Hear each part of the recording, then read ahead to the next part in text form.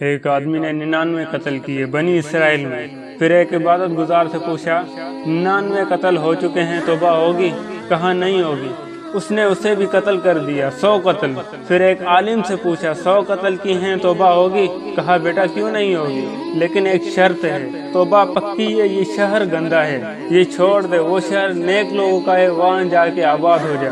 اپنا بوریا بستر اٹھایا اور چل پڑا۔ راستے میں موت آئی، جب موت نے جھٹکا دیا تو اس نے چھلانگ لگائی آگے کی طرف، تو اللہ تعالیٰ نے یہ قصہ ہم تک پہنچانے کے لیے 2 فرشتوں کو چھٹی دے دی۔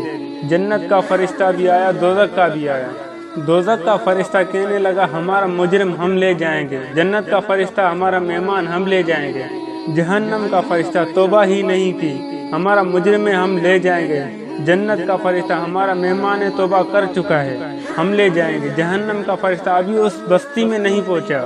جنت کا فرشتہ پہنچنا ضروری نہیں، نیت ضروری ہے۔ تو اللہ پاک نے تیسرا فرشتہ بھیجا، جاؤ ان میں فیصلہ کرو۔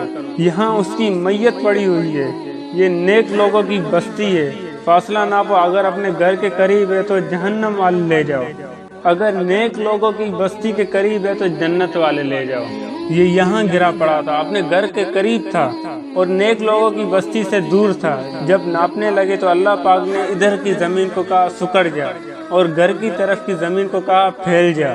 جب پیمائش ہوئی تو اپنے گاؤں سے دور اور نیک لوگوں کے گاؤں کے قریب ہو گیا۔ تو اللہ پاک نے فرمایا چلو ہمارا مہمان ہے، جنت میں جائے گا۔ توبہ سے نہ گھبراؤ، میرا رب کہتا ہے پوری دھرتی گناہوں سے بھر دے اور آسمان تک گناہوں کو لے جا۔ ایک دفعہ کہہ دے یا اللہ میری توبہ، تو سارے معاف کر دوں گا۔